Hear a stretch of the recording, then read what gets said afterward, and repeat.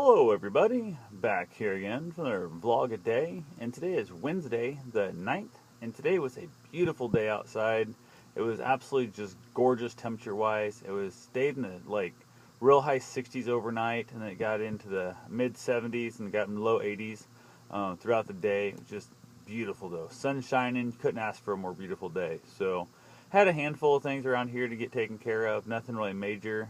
Ended up getting a call from my aunt, and she had some green beans that she did her first harvest from her garden, and she makes amazing green beans, throws in potatoes, some bacon, that kind of stuff, and I'm a giant fan of it. So she asked if I was going to be around later. She wanted to swing by and drop some off to me, and I said sure, if not, just leave it on the porch, I'll be back soon, just text me, let me know you're there, that kind of thing. And then a little bit later I got a call saying the fact that my cousin, her son, was in town, down at the farm, hanging out from out of state where he's been living for quite some time, and he was coming to town and wanted to know if I was around. He was going to drop him off. So I went ahead and headed back over to the house real quick, met him there, got my my beans and that put away. Didn't even look into it till after I got home. I found out there was actually some cookies in there also. So super excited about that. Haven't tried the beans yet, but I did eat some of the cookies. That was pretty good. Also found out after I went out, after the beans and stuff got here, I ended up going to the Care Center Net to visit some of the forgetful people, Alzheimer's patients. Went down there and basically talking to a couple people, and they said they're having their entertainment. They had musicians coming out, and they had ice cream and that. And most people are coming upstairs. But I headed downstairs anyway to kind of just see if everybody came up. So I was told there were some they didn't think were coming upstairs to let them, hang out, let them see Bruce and stuff a little bit and that. So got there, and unfortunately they were taking a client out to the hospital. They were non-responsive a little bit there and stuff. They were back to it, but they were kind of, I'm not sure exactly, I didn't really hear the whole story, but there was something going on. You can tell they were kind of a little bit worried, but not overly. They're in good hands. It's a great service. Amazing people in that place. Absolutely one of the best staff I've seen. And I was kind of not really in the way, but kind of just got back out of the way and kind of just, stayed back. And the lady who'd sent me down, one of the administrators, was like, sorry, I didn't know this was going on down here, so on and so forth. And it was one of those things we kind of, joked about it, which kind of felt odd when you have somebody who's clearly the EMTs are there, they're taking them out, and they're in the best hands. There's nothing you can do. But it kind of feels odd to then head back upstairs and that and watch the rest of the building eating ice cream and getting ready to listen to, somebody play the piano and sing and what all is going to go on. So it was just kind of, I don't know, it's that weird feeling, which I understand when you're dealing with a care center, assisted living, Alzheimer's, that kind of stuff. You deal with a lot more of that situation where there's probably a lot more people going out of there to the hospital for evaluation, to get checked up, to get back in better shape to come back.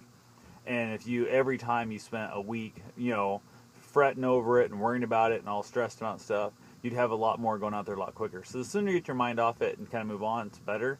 But I don't know, I had that weird, it felt odd to be up there laughing and joking about the dog and talking to people and just the whole thing, knowing the fact that somebody was, possibly still in the ambulance on the way to the hospital. Probably not. They're probably in the hospital by then, but who knows what their condition is. So I was like, this is crazy. So I went ahead and just kind of, I don't know, I just kept trying to put it on my mind, but it just really weighed in the back of my head pretty heavily. And I get way wrapped up in other people's stuff way easily like that. I feel if there's any chance at all I can help and do something for them, I want to do it. Even if it's a detriment to myself, I'm still willing to go out of my way to try and help a complete stranger. I mean, I don't even have to it's not like somebody I have to know and that kind of thing.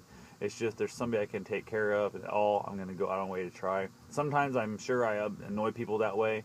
So maybe I butt in where it's not really my place and stuff, but that's who I am. Just like going up yesterday to the council meeting to try and help basically encourage them to vote yes for him. It's one of those things that, it worked out good. He got his vote, yes. But I got pretty passionate about it. I was really excited and wanted this guy to succeed, and the fact that I have no stake to this.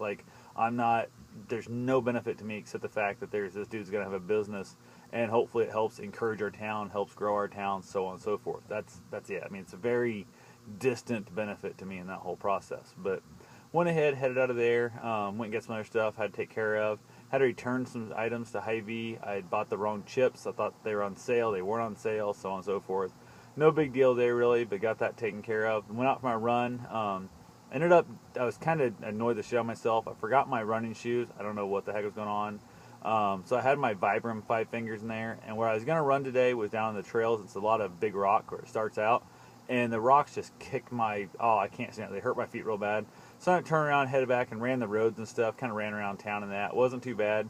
Kind of hot, but overall worked out pretty good. Got back home.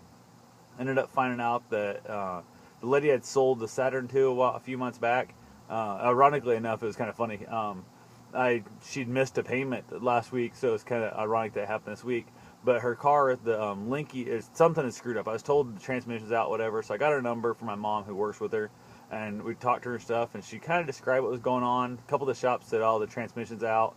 It's gonna need a whole new transmission." She's like, "I don't have that kind of money," so on and so forth. I was sitting at a gas station across town. I said, "How about I come get you? We'll go down and look at it." I was all sweating that from running, hadn't got cleaned up yet, so it wasn't a big deal.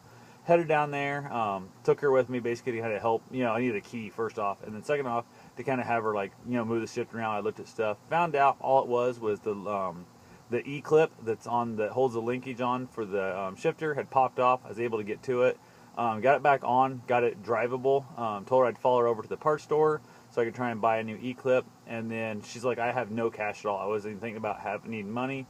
I had, luckily, the money from my my running. I keep at least a $10 bill in my iPod at all times. I had that with me. Ran there to the shop. I told her, I said, "I'll follow you." For some reason, if it kicks out of gear or gets stuck in a gear, if it's stuck in one of the lower gears, just drive slower. Still go ahead and get there. Not a big deal. If it gets stuck in neutral and there's nothing there, I said, "Set the emergency brake. I'll help push off the road. We'll get the parts and hopefully get it fixed before, or I'll even just put it back on. You can finish driving to the parts store." Got there, all went well. Found the right size clip. First one was the right one. Borrowed a pair of pliers from the shop there at the the auto parts store. Went out. Took me 3 tries. I kept dropping the darn little thing. It was a hard spot to get to. Got it popped back on, and basically she took off. I went inside and paid for the clip, and it was a whopping 16 cents with tax. So here she was freaking out. I don't know how long. I'm not sure when the car broke down. It had been sitting there for a while, I think. And she's all freaking out, thinks she has to buy a new transmission for it, and she still has a week left to pay me. She's been paying me each week, and she paid me ironically today. It's when she told my mom that she was the car's broke, that kind of thing. So it was that weird feeling of I really wanted to help her out. One, I would have helped out anybody if I could have like that, and two, she still owes me money. So it's one of those weird things where it's like, yeah, you still owe another payment on a vehicle that isn't running right now. So I got that thing fixed all back up, got the clip on it, all good to go, and that was a good feeling too, because like she said, I don't owe her anything. I sold her a car as is. She's had it for months now, so it's not that big a deal. She kind of knew that going in, that if it blew up the day she got it home, she still owed me the whole amount. We kind of laughed and joked about that, but then I told my mom when she sees her at work tomorrow to tell her, "Hey, it's because you missed the payment. I had to sabotage your car so you'd pay me, so then you could get your car back." So I told her, I said, if she missed the next payment, it's going to be worse than just a 16-cent clip. But kind of laughed and joked. She's got a pretty good sense of humor, so she'll find that pretty funny, and it'll all be good. So I told her if there's anything simple like that, I might not be able to fix it, but if there is any way, I would definitely do it, because just having it towed in around town here, probably $65. Minimum a shop's going to charge her is like an hour. I don't know any shop that charges less than an hour at a time. Most shops, the shops she goes to most time to get oil change and stuff, they're $50 an hour. And then if they even just got it done it right away, she's over $100 into that repair. Cost her 16 cents and half an hour of her life. So definitely happy I could help her out there. So that's all I got for today. I will definitely talk to you guys tomorrow. Have yourself a safe and wonderful day. Thanks for watching.